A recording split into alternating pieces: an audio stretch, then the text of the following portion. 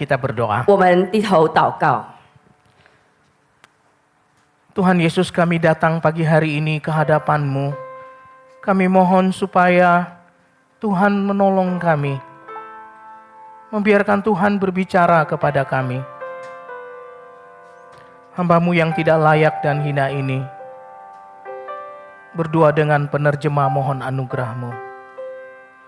Kata demi kata, kalimat demi kalimat, Tuhan kiranya mengambil alih.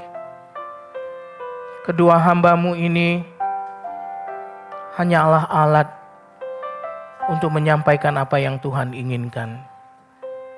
Bicaralah kepada kami semuanya ya Tuhan, karena kami sudah siap mendengarkannya. Amin. Bapak, Ibu, dan Saudara, saya ucapkan selamat Hari Natal. 弟兄姐妹们，我再次的恭祝大家圣诞快乐。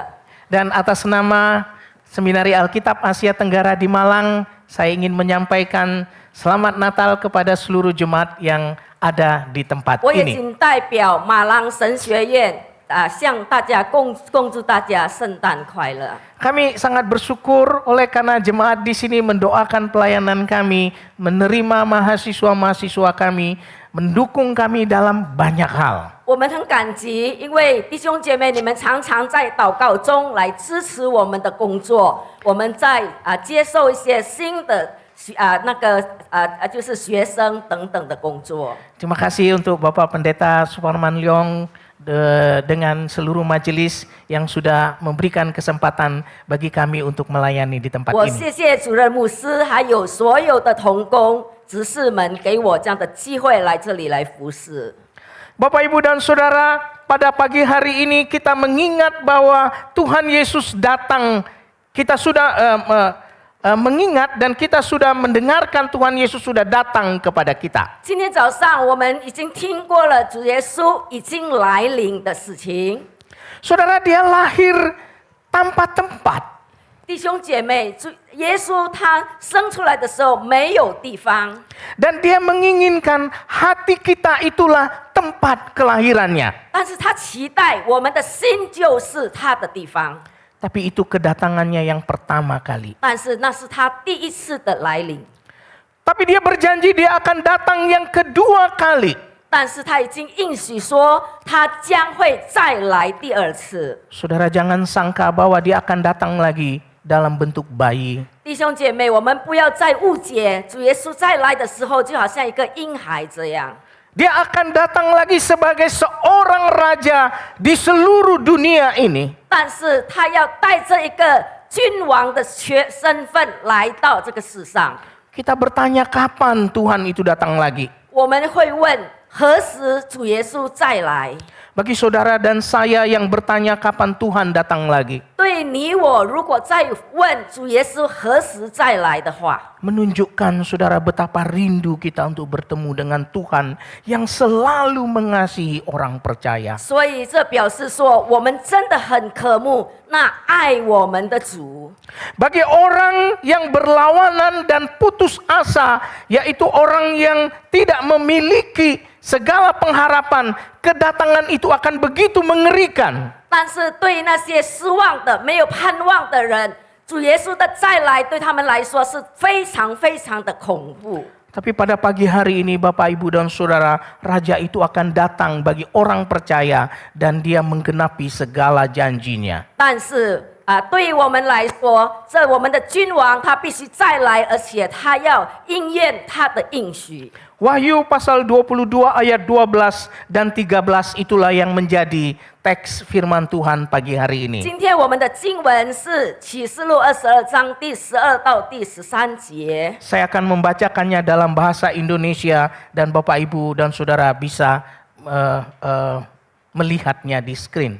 然后牧师会为我们来用印尼文来朗读，我们可以在荧幕上来注视。 Demikian bunyi firman Tuhan. Sesungguhnya aku datang segera dan aku membawa upahku untuk membalaskan kepada setiap orang menurut perbuatannya. Akulah Alfa dan Omega, yang pertama dan yang terkemudian, yang awal dan yang akhir. Sampai sedemikian pembacaan firman Tuhan. 我们读经到此。 Saudara, dalam 2 ayat ini saudara kita belajar satu hal bahwa Yesus itu pasti datang lagi. 从这2节经文，我们学习主耶稣他必定会再来。 Sesungguhnya aku berkata kepadamu, aku akan datang lagi. Yang dikatakan oleh Tuhan Yesus itu dikatakan saudara beberapa kali di dalam kitab Wahyu. 所以主耶稣说：“我实在告诉你们，我会再来。”在这个启示录里面已经重复了好几次。 Kalau saudara membaca kitab Wahyu pasal yang pertama, saudara akan menemukan 4 kali Tuhan Yesus mengatakan dalam pasal pertama Wahyu, aku datang lagi. 所以如果在启示录第1章，我们会发现有4次的在那里说到我必定再来。 Saudara akan melihat dalam pasal 1 ayat 6, ayat 7, ayat 12, ayat 20. 所以我们会从第1章的第6、第7、第12跟20节来看到。 Tetapi saudara menemukan itu yang sama di dalam kitab atau pasal terakhir kitab Wahyu, pasal yang kita baca 22 ini. 但是我们看到在22章，我们刚才所读的，我们也发现它的存在。 Sehingga dari awal dan dari sampai akhir kitab Wahyu kita menemukan 7 kali dia mengatakan aku datang lagi. 所以如果整本的启示录，我们会发现有7次的在那里提到我会再来。 Saudara, angka 7 bagi orang Ibrani adalah angka yang sempurna. 弟兄姐妹，对希伯来人7这个数字是一个完美的数字。 Tidak percuma ketika Yohanes menulis Wahyu ini dia menggunakan begitu saja. 当然约翰他并不是这样的单单的写下这个启示录而已。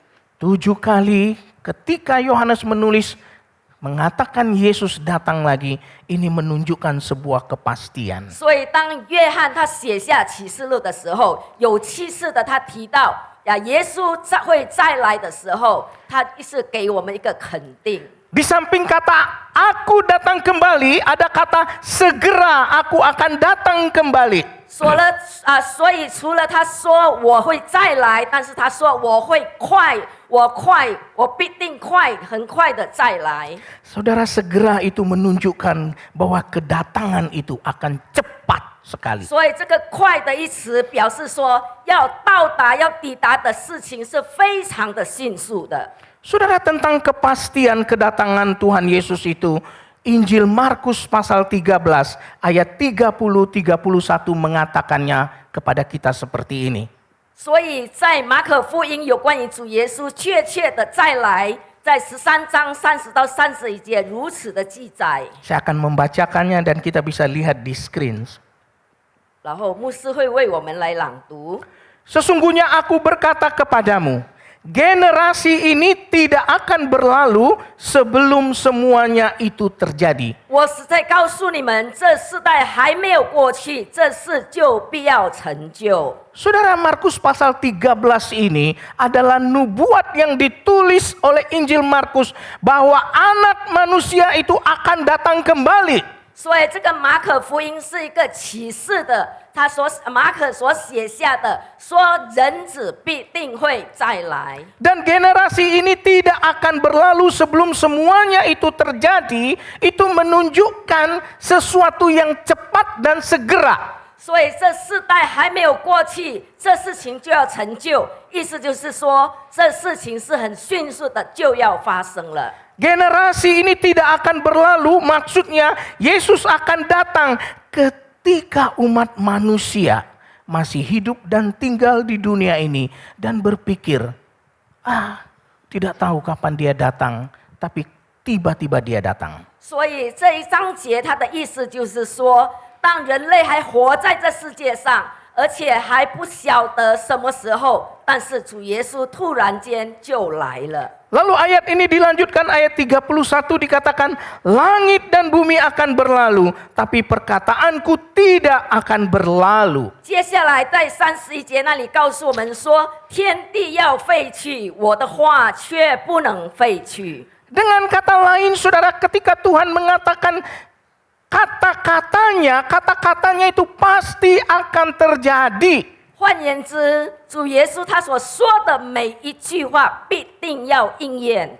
Dia tidak pernah menunda, dia tidak pernah sengaja menunda, tapi dia akan datang segera. 他不会故意的，就是延后，但是他就是很快的就会来。 Ketika manusia masih hidup dan mengira segala sesuatu berjalan normal, tapi tiba-tiba dia datang. 当人类还活在这世界上，并且认为说一切万物都是如常运转的时候，突然间他来了。 Satu kali Tuhan Yesus akan datang kepada kita. 有一次，主耶稣他会来就是参访你和我， Dia sudah mengatakan dia akan datang kembali. 而且他已经应许了，他必定会再来， Dia bisa datang dan seluruh dunia melihatnya. 而且他会再来，全世界都会看到他。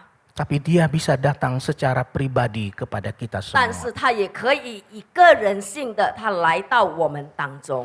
Ketika kita harus menghadapi tahta Allah di dalam kematian itu. 当我们自己面对那个死亡的他的那个宝座， Dia akan datang sebagai raja dan menghakimi 他会 orang-orang. 成为一个君王，来到这世界，成为法官。 Saudara, Alkitab mengajarkan Yesus pasti datang lagi dan waktunya tidak ada yang bisa menyangka. 圣经告诉我们，教导我们说，主耶稣他必定会再来，但是他的时间是没有人能意料的。 Saudara, di Malang beberapa waktu ini ada sesuatu yang viral. 弟兄姐妹，在马郎城市最近有一个很火爆的事件， Di salah satu sudut kota di Jalan Kayu Tangan di Malang itu viral, ada sebuah gambar yang ditulis di tembok-tembok di toko-toko yang tidak buka lagi. 所以在那个马郎一个地区叫做该优档案那里有一个就是那个墙壁有一图画，那个墙壁就是没有人在开店的地方。 Saya baru menyadari hal seperti ini karena disebutkan oleh penginjil Aini yang sekarang melayani bersama kami di Malang. 所以我才发现这事情。当爱妮传道现在跟我们一起服侍那里他告诉我， Saudara, bapak ini namanya Arifin. 弟兄姐妹，这位先生他的名字叫阿里fin， Wajahnya menjadi viral di legenda kota ini. 他的脸庞在这个这个马郎市的那个传奇里面变成那么的火爆。 Saudara, mengapa dia menjadi begitu viral? 为什么他会那么的爆红呢？ Sejak tahun 1970, 所以自从1970年， dia duduk dan menunggu dari pagi sampai malam di tempat di mana fotonya itu sekarang dilukis. 所以他是从早到晚，每一天就是在那个地方坐在那里。 Dia baru meninggal 2017. 在2017年，他刚刚去世。 Dari tahun 70 sampai 2017, dia selalu berada di pojok itu dari pagi sampai malam. 所以自1970年到2017年，他过世之前，他每天都是坐在那个地方。 Kenapa dia ada di situ? 为什么他坐在那里？ Dia menunggu kekasihnya. 他等候他的爱人。 Entah bagaimana pada akhir masa politik 1960 dia terpisah dari kekasihnya. 不晓得为什么，在1960年代的末后，政治动荡的时候，导致他跟他的爱人分开。 Tidak jelas apakah kekasihnya pergi ke Tiongkok atau mati atau bagaimana, tidak ada yang tahu. 所以他的爱人已经回中国大陆，还是他已经去世了，没有人知道。 Tetapi di tempat itu kekasihnya mengatakan, satu kali kita akan bertemu di sini. 但是他的爱人曾经向他承诺说，有一天我会在这里跟你碰面。 Itulah yang menyebabkan Pak Arifin ini sejak puluhan tahun yang lalu dia tinggal dan dia berdiri, dia duduk di situ menunggu kapan kekasihnya ini datang. 这就是造成阿利芬先生在数十年以来，每天他都坐在那里等候他的爱人。 Tapi janji manusia tinggal janji. 承诺终究与承诺， Karena manusia berjanji, dia belum tentu bisa menepati. 因为人类是很多是无法兑现的一个誓言。 Saya ingat beberapa waktu saya sekolah di Malang. 我记得前阵子我在马郎在读书的时候， Pada waktu itu tidak ada HP dan kami harus menelepon dengan telepon yang biasa yang ada di kampus. 所以那时候我们没有手机，只能在公共电话，在学校的公共电话那里打电话。 Itu akhir tahun sekitar 1990-an. 大概那个是1990年代， Waktu itu saya sedang studi di sana. 那时候牧师在那里正在读书。 Jadi ketika ada telepon dari luar, kami harus menghubungi Bapak Ibu asrama dan menunggu lalu baru bisa terima telepon itu. 所以当有电话进来，我们的那个宿舍的有人通知我们，我们才能够接到那个电话。 Hari Sabtu, ayah saya meninggal. 星期六，我的爸爸过世， Hari Sabtu sebelumnya dia telepon saya. 所以在星期六之前，他打电话给我， Dia mengatakan dia sakit. 所以他告诉我说他生病。 Tapi nanti kamu tunggu ya di telepon itu, jam sekian pada Sabtu depan saya akan telepon kamu. 所以你在某一个星期六，你在那个电话亭那里等我，我一定会打电话给你。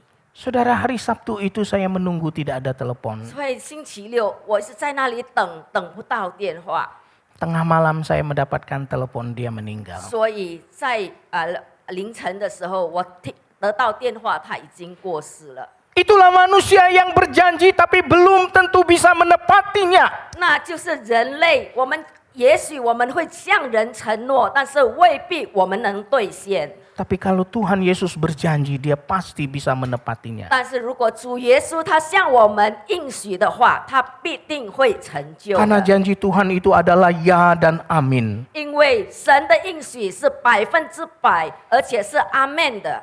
Karena dia pasti datang, dia Allah yang abadi dan dia menguasainya. 因为他必定会来临，因为他是永恒、是全能的上帝。 Dan ketika dia datang, dia akan membalas kepada setiap orang menurut perbuatan mereka. 当耶稣再来的时候，他会按照个人的行为给我们报赏。 Itulah yang kita baca tadi dalam ayat kita. 所以刚才我们所读的经文的内容就是这样。 Dia akan membalas entah dengan kebaikan atau dengan hukuman. 所以他会报赏我们，无论那个是善或者是恶。 Bagi orang yang percaya kedatangan Yesus dipenuhi sukacita dan kebahagiaan. 对于每一个信徒来说，主耶稣的再来是一个很喜乐，而且是很幸福的事迹。 Itulah sebabnya saudara kita menunggu kedatangan Tuhan bukan dengan ketakutan. 因此，我们在等候主耶稣的再来，我们不是带这个战兢的心情来等待。 Kita menunggu dia datang dengan hati yang rindu ingin beribadah kepada dia. Karena kita tahu dia mengasihi kita. 我们是带这个盼望的心情，一个渴望的心情，因为我们知道他爱我们。 Tapi bagi orang yang tidak percaya Yesus, hari itu dipenuhi kegentaran dan penuh 但是 penyesalan. 对于那些不信主的人，那日子将充满着畏惧跟懊悔。 Raja itu akan datang sebagai hakim seluruh bumi. 那位君王，他带着一个身份，就是全地之审判官的身份来到世界。 Dia akan mendasarkan pengadilannya atas keadilan dan kebenaran. 他审判的根据是公义与真理。 Terjadi di Tiongkok kira-kira 1000 tahun yang lalu. 在中国大概1000年前， Ada seorang hakim yang sangat adil di Tiongkok. Dan ini bukan cerita dongeng. 所以有一位那个法官就是非常公正的，这不是一个小说而已。 Saya membacanya di National Geographic. 所以我在那个就是世界的那个世界论坛那里所读到的， Namanya Pao Cheng. 他的名字叫包正， Di dalam film-film dia dikenal dengan Judge Bao. 而且在很多的那个电影当中，我们称他为包公， Dia lahir di Hefei di Anhui. 所以他是在安徽的一个合肥那里出生的。 Orang tuanya saudara punya harapan tinggi untuknya, saudara. 所以弟兄姐妹，他的父母对他有很高的期盼。 Walaupun mereka keluarga petani miskin, orang tuanya ingin supaya anak ini sungguh-sungguh menjadi orang yang sukses. 虽然他们只是个农民、贫困的人，但是父母很期待他可以成为一个非常成功的人。 Maka dia belajar membaca sejak usia 5 tahun. 从他5岁的时候，他就开始学习阅 Dia 读了， pandai dan dia sangat terinspirasi oleh ajaran pada waktu itu. 所以他非常受到那个儒家思想的启发， Dia melakukan pendidikannya dengan begitu gigih. 所以他非常的奋力的来去追求这些学习。 Ketika usia 28 tahun, dia sudah menjadi sarjana kerajaan. 在28岁的时候，他已经在那个皇宫里成为了皇室的学士， Dia menduduki ranking yang tinggi. 而且他也得到一个排列榜首的一个位置。 Namun dia tidak mau mengikuti ujian menjadi pejabat kerajaan. 但是他并不愿意参加皇家官员的考试。 Yang sebenarnya dicita-citakan oleh banyak pemuda Tiongkok pada waktu itu. 其实当下很多那些在中国的年轻人是他们的梦想， Orang tuanya agak kecewa. 所以他父母有觉得有一点失望。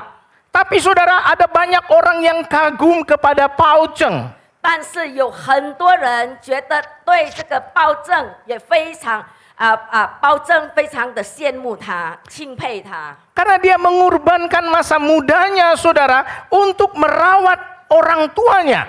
因为他愿意牺牲他的青春年华，为了就是来侍候他的父母。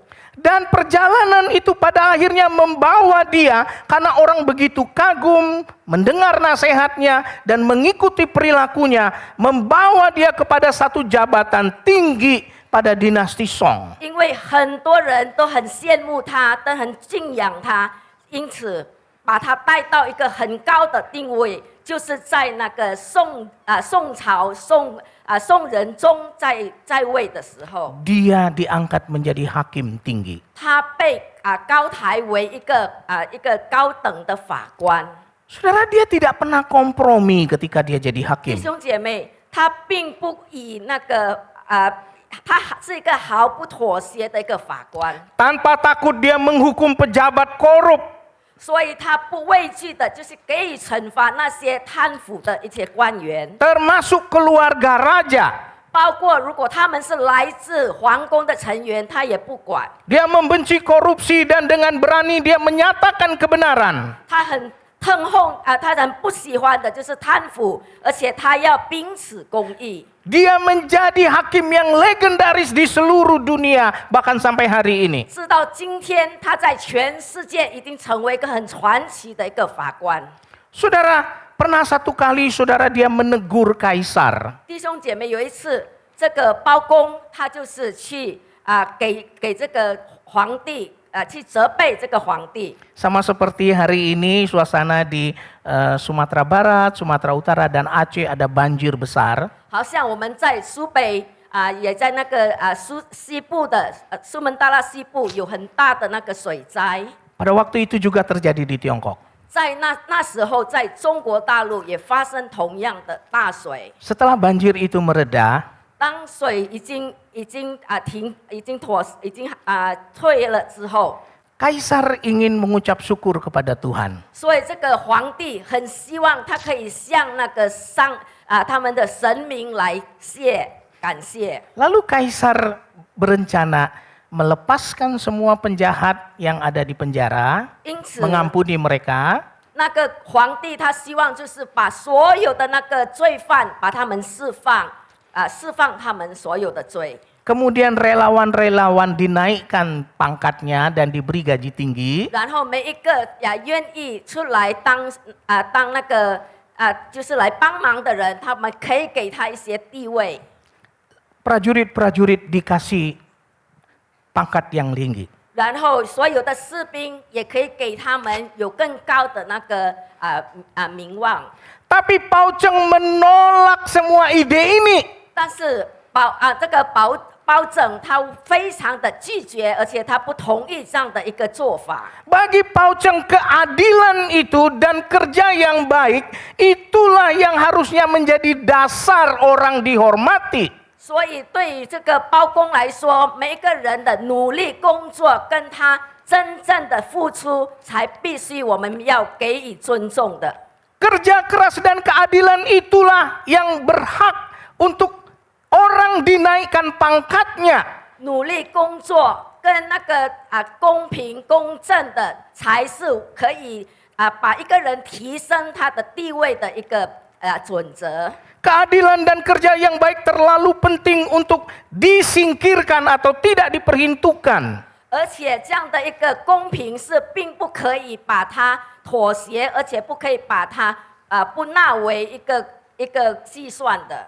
Saudara lihat betapa berbedanya dengan para politisi hari ini mengangkat seseorang. 我们看到这个包公，他跟今天的政治人物有多么的不同。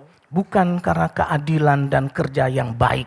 今天很多不是因为公平公正，而且是他努力的工作。 Orang jahat pun bisa jadi pahlawan. 所以就算他是一个坏人，他也可以成为英雄。 Tapi tidak begitu dengan Pao Cheng. 但是这个包拯他并不是如此。 Tapi kemudian Kaisar memutuskan untuk menerima nasihat Pao Cheng. 最后，皇帝还是接纳了他的看法。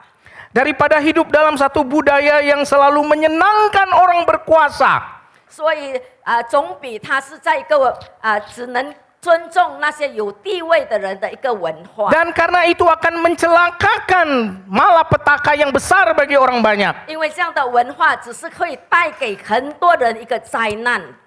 Pao Cheng menyuarakan pikirannya dan memperjuangkannya untuk orang banyak. 包拯他选择表达他自己的想法，而且他为此而奋斗。 Saudara, dia juga mengusulkan kepada raja. 所以弟兄姐妹，他也向皇上提出他的看法。 Supaya orang-orang yang tidak bisa menulis, mereka juga bisa pergi ke pengadilan. 好让那些已经没有读书的、不能不识字的，他们也可以到法庭。 Mereka yang punya masalah bisa ngomong langsung ke hakim. 如果他们有问题，他们可以口白的来向那个法官描述他们的问题。 Karena kalau orang yang tidak bisa menulis menyuruh orang lain untuk menulis, maka di situ ada mediator. 所以，如果那些不识字的，他要请别人来帮他写的话，表示说他那是有一个中介人。 Keadilan dan kebenaran bisa berbelok. 所以，那个公正公平会在因此而已经偏走了。 Saudara, kalau Pao Cheng bisa seperti itu, 弟兄姐妹，如果包拯他本身就可以这么做， Tuhan Yesus lebih daripada itu. 我们的主耶稣他比包拯更是如此。 Dia akan datang kedua kali menghakimi. 他第二次再来，他必须要审判， Dan dia tahu persis mana yang kambing dan mana yang domba. 而且他很了解哪是绵羊，哪是山羊。 Dia bukan hanya tahu dari perbuatan yang mereka lakukan, tapi dari motivasi yang paling dalam hidup manusia. 他不单单看他们所做的、所行的，但是他看他们最深入的动机。 Dia lebih adil dan lebih bijak dari Pao Cheng. 他可以比这个包拯更有智慧， Sebab kebangkitannya dan kematiannya adalah bukti bahwa dia Tuhan penguasa alam 因为 kematian. 他从死里复活，正是证明了他掌管死亡领域的主宰。 Pao Cheng hanya bisa menyelamatkan orang ketika mereka ada dalam dunia. 保证他只是能够帮助那些人，当他们在这世界上有问题。 Tetapi Yesus bisa menyelamatkan orang ketika orang itu tidak ada lagi di dalam dunia. 但是主耶稣他可以帮助那些人，当那个人已经不在这世界上了。 Saudara, itulah kemudian yang dikatakan dalam ayat kita, setiap upah yang diberikan Allah, Tuhan akan melihat perbuatan mereka mendapatkan pahala atau mereka dihukum. 所以在刚才章节我们看到，上帝会赏赐给每一个人，按照他们所行的，那是给他们一些赏赐，还是给他们刑罚？ Saya perlu jelaskan bahwa Alkitab tidak mengajarkan kebenaran karena melakukan perbuatan baik. 所以我再次要声明说，在圣经并没有教导人，因为我们行善，而且我们就可以得救的一个真理。 Supaya kita tidak salah menafsirkan ayat yang kita baca ini. 让我们不错误的，没有错误，对这个章节没有错误的理解。 Setiap upah yang Allah berikan didasarkan oleh anugerahnya lebih dulu. 但是上帝赏赐给我们每一个酬劳，以恩典为先。 Setiap upah yang diberikan Allah didasarkan bukan karena jasa manusia dalam keselamatan. 所以上帝给我们的酬劳，并不是因为我们在世界上我们行善。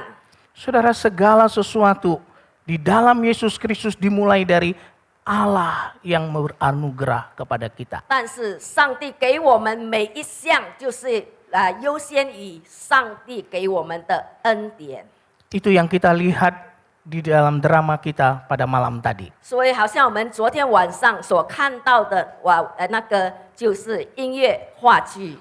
Ada seorang petani buta huruf dan miskin. 有一位农民，他不识字，而且非常穷。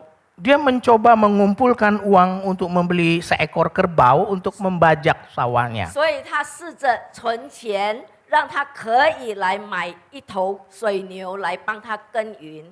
Saudara, setelah merasa uangnya cukup, maka dia pergi ke pasar dan dia mau membeli seekor kerbau.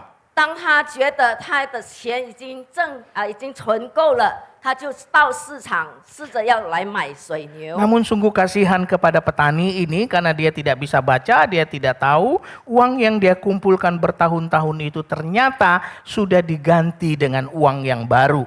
但是很可怜的这位老农民，他不晓得他存的钱已经现在已经不能用了，因为所有的那个新钞已经代替了旧钞。 Jadi dia tidak bisa membeli kerbau dan tabungannya selama ini juga sia-sia.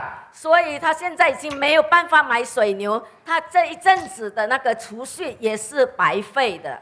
Oleh karena itu saudara, dia meminta seorang anak sekolah, tolong tulis surat untuk saya. 所以他就请了一个学生，你帮我写一封信。 Dia mendiktekan dan dia menulis surat itu melalui anak sekolah untuk presiden. 所以他希望这个学生帮他写一封信给总统。 Lalu ada balasan dari surat itu. 然后这封信得到了总统的回信， Surat itu berbunyi, hukum harus ditaati. 但是回信内容写着必须要遵守法律， Waktu penukaran uang sudah lewat. 因为兑换货币的时期已经过了， Pemerintah tidak bisa menukarkan uang lama itu dengan uang baru. 所以现在政府没有办法用那个旧币来兑换那个新币了。 Bahkan presiden pun tidak bisa mengubah peraturan itu. 即使总统也没有办法改变这样的一个法律。 Namun surat itu belum selesai. 但是这封信还没有结尾， Ada tambahan di bawah surat itu. 所以在这个背后他还写着。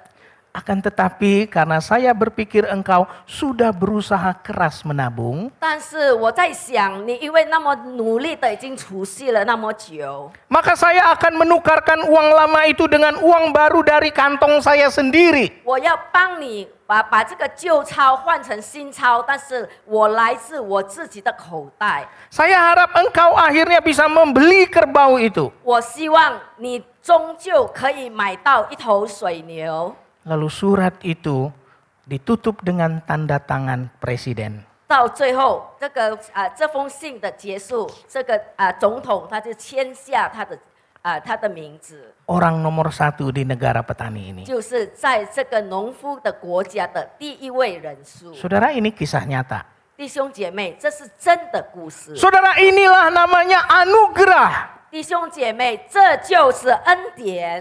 Usaha dan jasa pribadi tidak bisa diperhitungkan lagi karena usaha itu sudah diganti dengan anugerah. 弟兄姐妹，努力与供给已经没有办法纳入成那个计算了，但是这一切的功劳已经被恩典代替了。 Itulah yang kita belajar dari Tuhan Yesus. 弟兄姐，这就是我们从主耶稣那里学习到的。 Perbuatan baik kita tidak akan menyelamatkan kita ketika dia datang kedua kali. 我们所行的善没有办法来保证让我们可以得救，当他第二次的再来。 Upah kita pasti adalah kematian. 我们的那个代价必定是死。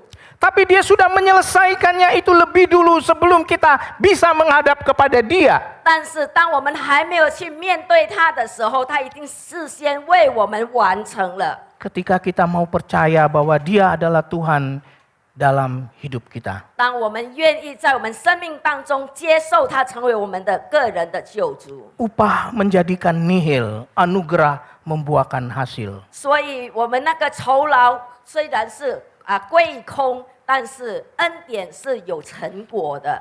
Begitulah cara Allah bekerja. 上帝的运作模式就是如此。 Saudara, sadarilah betapa anugerah Tuhan itu bukan hanya tentang keselamatan saudara nanti di hidup yang 所以 kekal. 弟兄姐妹，上帝给我们的那个就是恩典，不只是到以后我们离开这个世界之后了，到那个另个到他那里去才是得到的。 Anugerah itu kita sedang nikmati hari ini bersama-sama. 但是神的恩典，我们在今世我们就可以享受到。 Saudara, bukan hanya sebagai hakim yang adil ketika dia datang yang kedua kali nanti. 所以主耶稣他不单单第二次再来，他只是成为一个公正的法官。 Tetapi kedatangan yang kedua Yesus akan menyatakan bahwa dia adalah Raja yang kekal. 但是第二次的再来，他要向我们表明他是永恒之王， Alfa dan Omega. 他是阿拉法，他是俄美甲， Yang awal dan yang akhir. 他是首先的，他是幕后的。 Inilah yang kita lihat, saudara, dari teks yang kita baca tadi. 所以就是刚才我们所读的经文所告诉我们， Saudara, kata ini diulangi 3 kali dalam Wahyu. 弟兄姐妹，在启示录这一句话有3次的重复。 Pasal 1 ayat 18 dan 17 lalu diakhiri pasal 21 ayat 6. 从第1章第8节到和第17节，而且在21章第6节作为一个结尾。 Saudara, Allah adalah Alfa dan Omega, tidak berawal dan tidak berakhir. 弟兄姐妹，我们的上帝他是阿拉法，他是俄梅加，他是起先的，他是幕后的，所以他没有始，没有终。 Sebelum ada sesuatu, ada Allah. 所以一切的还没有开始之前，我们的神已经存在。 Segala sesuatu sudah berakhir, belum akan berakhir sebab masih ada Allah. 因为一切的一切都还没有结束，因为我们的神还是仍然存在的。 Itulah maksudnya Alfa dan Omega. 这就是阿拉法跟俄梅加的一个意义。 Hidup kita ini bukan tentang saudara yang ada di dalam waktu ini. 所以我们生活并不只是因为我们现在所拥有的。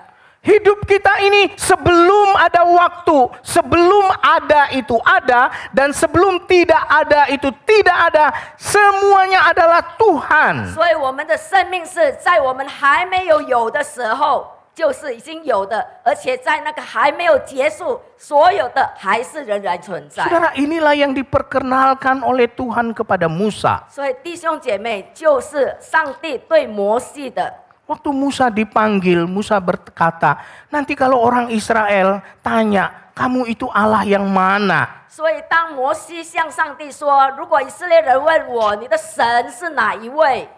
Tuhan mengatakan, katakan kepada orang Israel, 所以上帝对摩西说：“你告诉以色列人， Aku ada yang aku ada. 我就是我。” Allah ada dulu, ada sekarang, Allah ada yang akan datang. 所以我们上帝是以前有的，是事先有的，以后也仍然有的。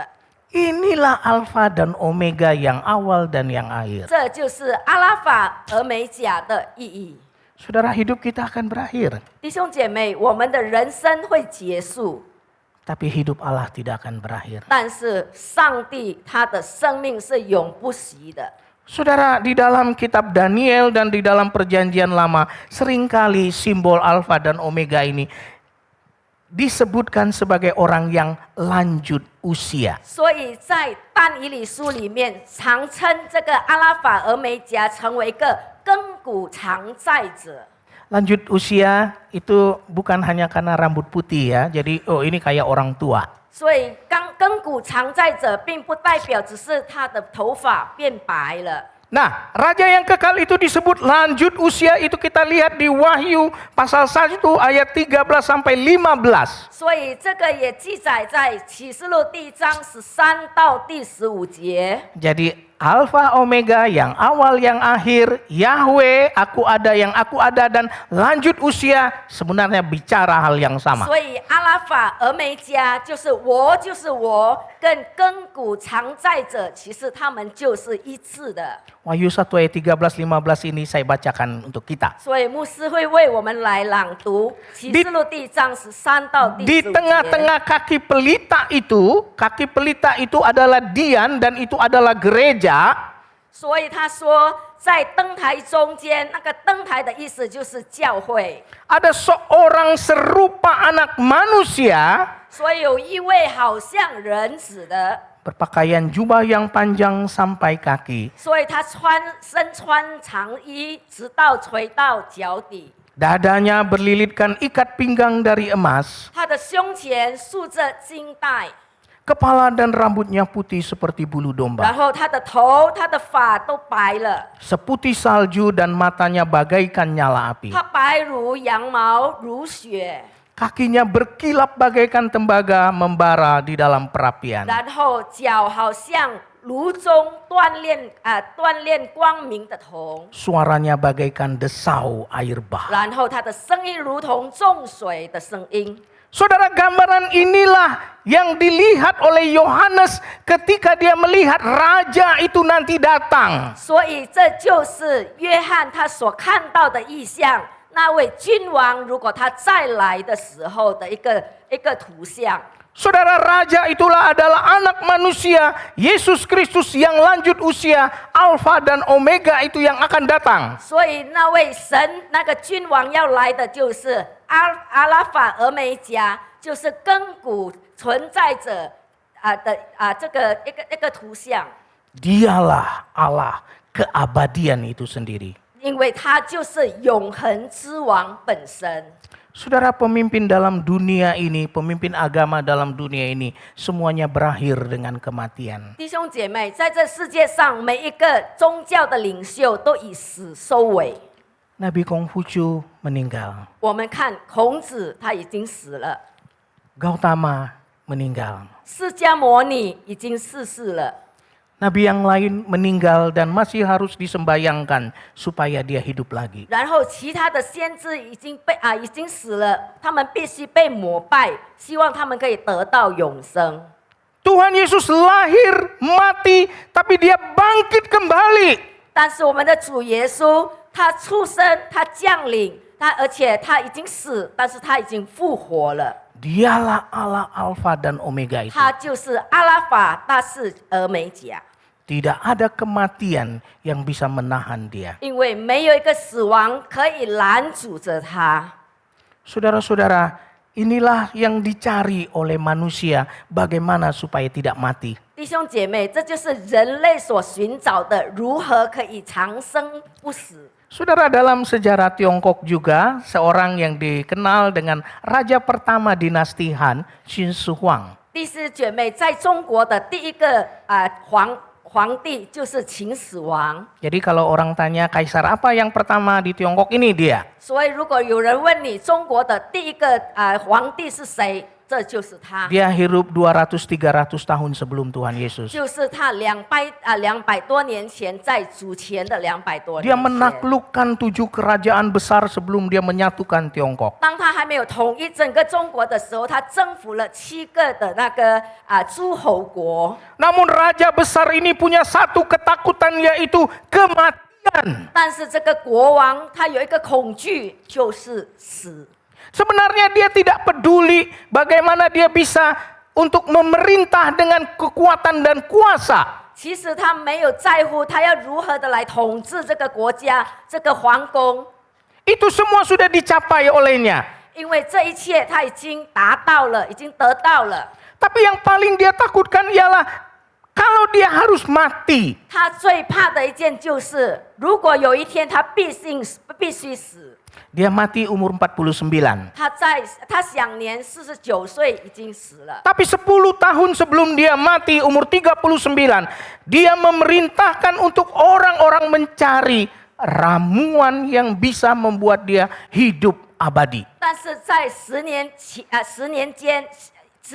之前，就是他在39岁开始邀请很多的他的手下要找一个草药，就是长生不老的草药。 Semua pejabat, kemudian sarjana, ahli-ahli nujum, tukang sihir, coba harus mencari ramuan itu supaya dia bisa hidup 所以 selamanya. 所有的学者、所有的巫师、所有的智者，他就派他们出去，必须要寻找这样一种草药。 Dan dia dikenal sebagai raja paling gila di seluruh 所以 dunia. 他被认为是全世界最疯狂的一个皇帝。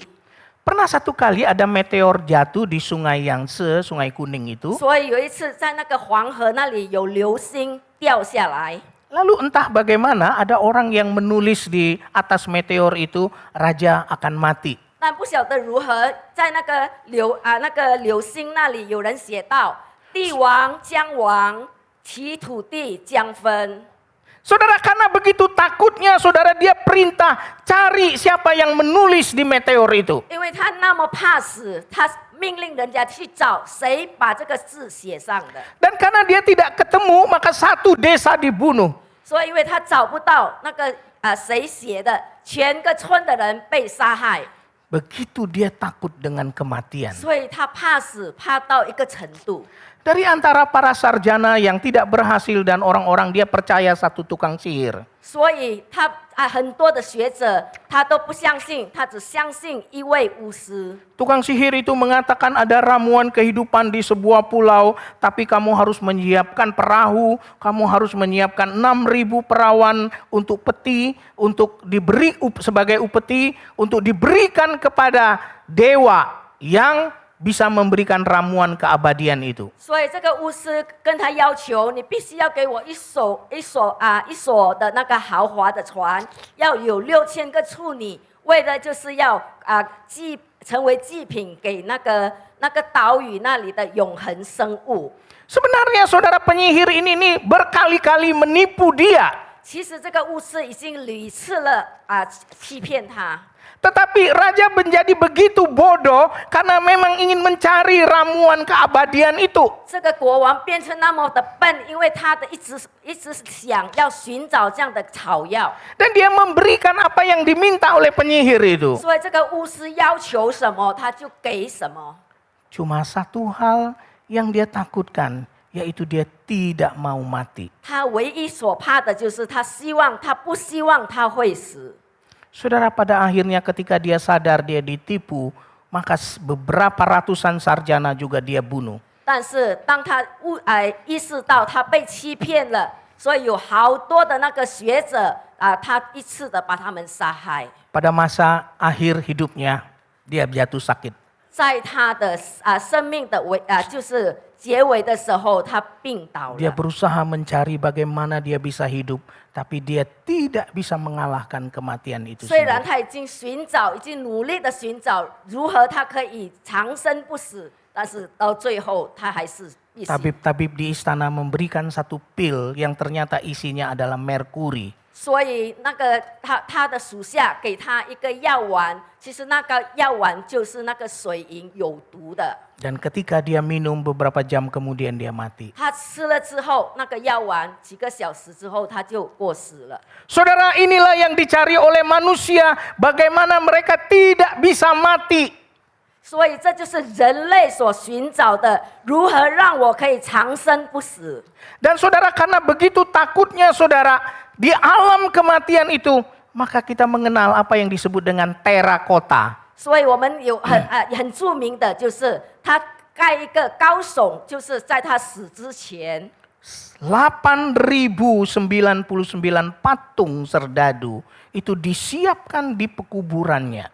他有8099个9宗的那个金马俑在那里被他建造， Karena begitu takut menghadapi kematian. 因为他非常害怕面对死亡。 Dan ratusan tahun yang lalu atau puluhan tahun yang lalu orang berhasil melihat kuburan itu dan menemukan terakota ini. 然后好多年前，有很多就是考古学家，他们发现到这些兵马俑，而且发现到这个秦始皇的坟墓。 Yesus akan datang kedua kali sebagai raja kehidupan. 主耶稣会第二次再来成为君王， Tidak seperti Raja Sensuhuang yang takut mati dan setelah mati tidak bisa hidup lagi. 并不像秦始皇这样，他很怕死，但是死后他再也没有办法复活了。 Karena ketika Raja Yesus itu datang kedua kali, maka dia adalah pemilik keabadian itu sendiri. 因为我们的主耶稣第二次再来，他就是拥有永恒之主。 Dia bukan hanya Raja Hakim yang adil, 他不单单是一个公正公义的审判官， tapi dia juga Raja yang kekal. 但是他也是永恒之王， Dia pasti datang lagi. 而且他必定会再来。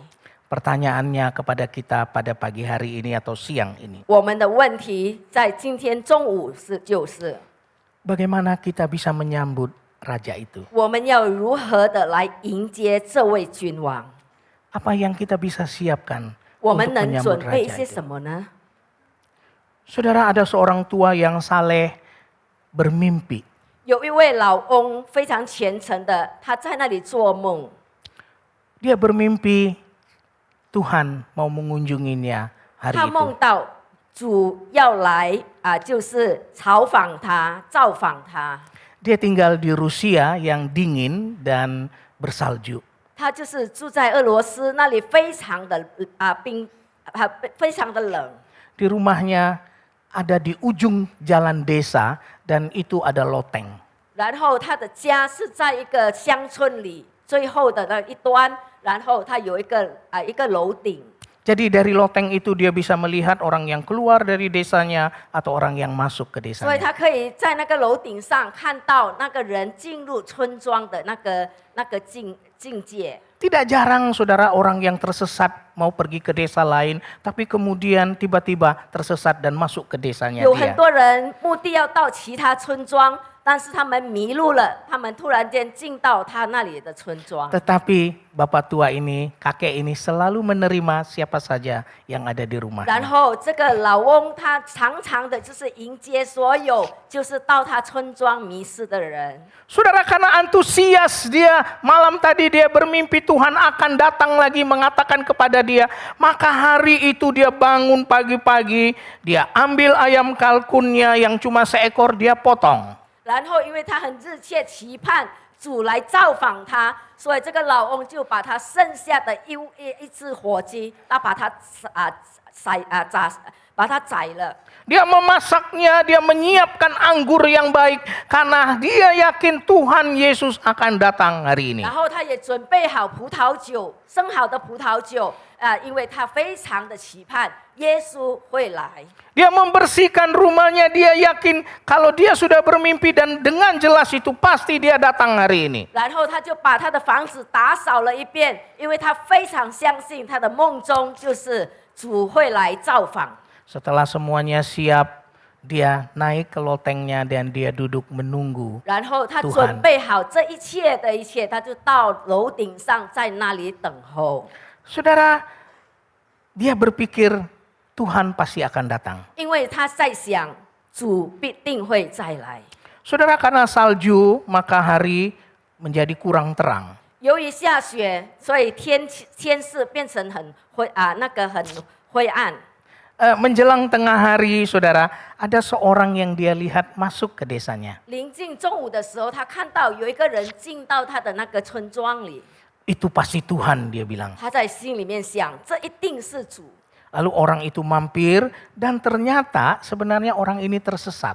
他这个人就顺道的来访，原来他是一个迷路的人， Dia mau pergi ke desa lain tapi tersesat masuk ke desanya 他 dia. 想到另外一个村庄，但是他迷路了，走向了他的村庄。 Kakek ini menyuruhnya mampir dan kemudian dia mengatakan, oke, saya potong 1/4 kalkun saya dan kasih anggur 然 untuk 后这 orang 个 ini.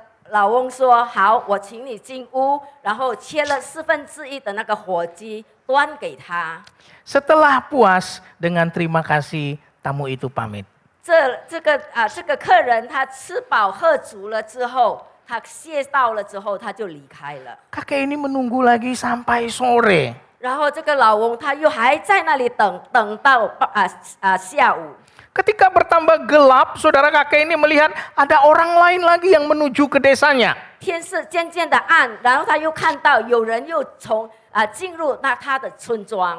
Ini pasti Tuhan. 他在想，笃定这一定是上帝。 Ternyata orang yang datang itu adalah pemburu yang memang sedang berburu dan kemudian kemalaman. 原来这个人他是一个打猎的人，因为太晚了，他迷路了，他就进到这个村庄。 Dia memohon supaya bisa beristirahat di 然 tempatnya. 后猎人恳求这个老翁，让他可以歇息片刻。 Kakek ini mempersilahkan dia datang, dia potong lagi 1/4 kalkunnya, dia kasih lagi anggur kepada orang ini untuk dimakan dan 然 diminum. 后这老翁再次的请他逗留，然后把他那个1/4的火鸡又再切1/4端给这个猎人。 Setelah berterima kasih, pemburu itu pun meninggalkan 猎 rumah 人 kakek 道 ini. 谢之后，也渐渐离开。 Saudara, karena udara begitu dingin, kakek ini tidak bisa lagi tahan untuk tinggal di loteng itu. 因为天气实在太冷了，这个老翁没有办法在那个楼顶上在那里待住了， Dia masuk ke kamar, dia masuk ke ruang tengah dan dia menunggu di situ 所以 sampai dia 他 tertidur. 进到那个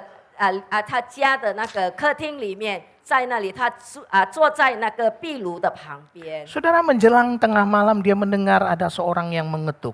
在半夜的时候，他听到有人敲门的声音， Dan dia pikir kali ini pasti Tuhan karena ini orang yang ketiga datang. 所以他心想这是第3个人了，一定是主的到来。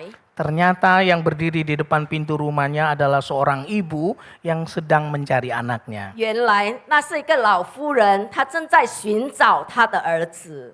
Lalu kakek ini mempersilahkan ibu itu masuk. 然后这个老翁就邀请这个老妇人进来， Dia berpikir anggurnya tinggal sedikit. 然后他在想，我的葡萄酒剩下一点， Ayam kalkun juga sudah tinggal setengah. 然后我的那个火鸡也剩下半只， Akankah dia berikan kepada ibu ini? 呀，有可能他很犹豫，该不该再端给这个老妇人？ Tapi kemudian dia tetap memotong kalkun itu, dia kasih ke ibunya dan juga anggur itu. 犹豫归犹豫，他到最后还是端给这老妇人。 Lalu ibu ini berterima kasih dan keluar dari rumah 然后 itu. 这老妇人吃了喝了，他就谢谢，然后离开了。 Lalu saudara, dengan penuh kecewa, 所以他带着一个很失望的心情， kakek ini menunggu tidak datang-datang Tuhan, dia tertidur. 然后他再等，主都没有再来，他睡着了。 Dan di dalam tidurnya dia bermimpi. 然后在睡梦中，他梦见 Dia ketemu Tuhan lagi. 他再一次的遇到了神。 Lalu saudara dengan kecewa dia bertanya, Tuhan, mengapa engkau tidak datang? 所以他带着一个很失望，他就问主说：“主啊，你为什么不来？ Aku sudah menunggumu dan menyiapkan segala sesuatu untukmu dan sekarang persiapannya ini sudah habis. 主啊，我已经为你预备一切的一切，而且现在所预备都将耗尽了。” Lalu Tuhan berkata kepada dia, 所以主对他说 hari ini aku sudah datang 3 kali.：“ 今天我已经来3次了， Dan engkau sudah menyambut aku. 而且你已经迎接我了。 Kakek itu terbangun dari mimpinya. 所以这老翁从梦中醒来， Dia teringat Tuhan pernah berfirman. 所以他想起神曾经在圣经这么说， Di dalam Injil Matius pasal 25 ayat 31 sampai 40. 就是在马太福音25章31到40节， Ayat firman Tuhan ayat firman Tuhan itu 在这 berbunyi seperti ini. 圣经马太福音25章31到40节如此记 Saya 载。 membacakannya dalam bahasa Indonesia saja. 所以牧师只单单用印尼文来读。 Apabila anak manusia datang dalam kemuliaannya dan semua malaikat bersama dia, ia akan bersemayam di atas tahta kemuliaannya. Semua bangsa akan dikumpulkan di hadapannya dan dia akan memisahkan mereka seorang dari yang lain. Sama seperti gembala memisahkan domba dari kambing. Ia akan menempatkan domba-domba di sebelah kanannya dan kambing-kambing di sebelah kirinya. Lalu raja itu akan berkata kepada mereka yang di sebelah kanannya, "Mari, hai kamu yang diberkati oleh Bapa-Ku, terimalah kerajaan yang telah disediakan bagimu sejak dunia dijadikan. Sebab ketika aku lapar, kamu memberi aku makan. Ketika aku haus, kamu memberi aku minum. Ketika aku seorang asing, kamu memberi aku tumpangan. Ketika aku telanjang, kamu memberikan aku pakaian. Ketika aku sakit, kamu menjenguk aku. Ketika aku di dalam penjara, kamu mengunjungi aku." Lalu orang-orang benar itu akan menjawab dia, "Tuhan, kapan kami melihat engkau lapar dan kami memberi engkau makan, atau haus dan kami memberi engkau minum? Kapan kami melihat engkau sebagai orang asing dan kami memberi engkau tumpangan, atau telanjang dan kami memberi engkau pakaian? Kapan kami melihat engkau sakit atau dalam penjara dan kami mengunjungi engkau?" Ayat 40, raja itu akan menjawab mereka, "Sesungguhnya aku berkata kepadamu, segala sesuatu yang telah kamu lakukan untuk salah seorang dari saudaraku yang paling hina ini, kamu telah melakukannya untuk aku." Ia akan berkata juga kepada mereka yang di sebelah kirinya, "Enyahlah dari hadapanku, hai kamu orang-orang terkutuk.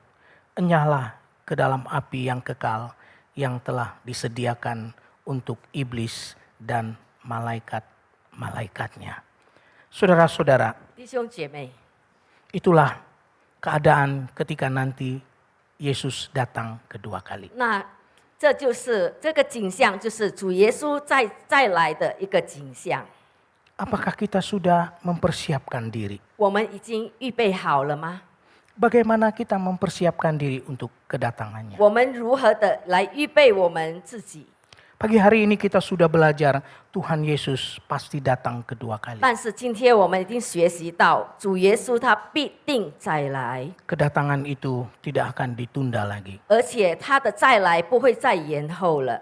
Kita juga sudah belajar dia akan datang sebagai hakim dan 而且 raja. 我们已经学习了，他要带着一个审判官的身份来， Dia akan memberikan pahala anugerah kepada orang yang percaya kepada dia. 而且他会把那个奖赏给予那些信靠他的人。 Dia akan memberikan balasan kebaikan bagi orang yang baik dan melakukan segala kehendaknya. 所以那遵行他旨意的人，他会把那些所有的那些善给予他们， Tapi dia akan menghukum orang yang tidak percaya kepadanya. 但是他也必定会来惩罚那些不信靠他的人。 Sekarang kita perlu juga mempersiapkan diri kita. 我们这时候也必须要准备预备好我们自己， Agar ketika Tuhan Raja itu datang kedua kali, 当主在第二次再来的时候， dia bisa berkata kepada kita masing-masing, 他会向我们每个人说 "Baik sekali kamu pelayan yang setia. 你是一个忠心的仆人， Duduklah makan bersama dengan 进来跟我一起来享受所准备的宴席。 Mari kita berdoa. 我们低头祷告。 Bapa di sorga, kami mau mengucapkan syukur oleh karena Tuhan sudah berbicara kepada kami. Kami mau berterima kasih Tuhan, Engkau mengingatkan kami pada siang hari ini. Engkau akan datang kedua kali sebagai Raja kami. Bukan lagi sebagai bayi yang lemah, tapi sebagai hakim yang kuat dan gagah. Tuhan, kalau dalam hati kami tidak memiliki pengharapan, kami kecewa karena kesulitan-kesulitan yang kami hadapi. Kami putus asa melihat ketidakadilan. Kami bertanya-tanya kapan Tuhan datang. Dan seolah-olah penderitaan yang kami alami tidak putus-putusnya.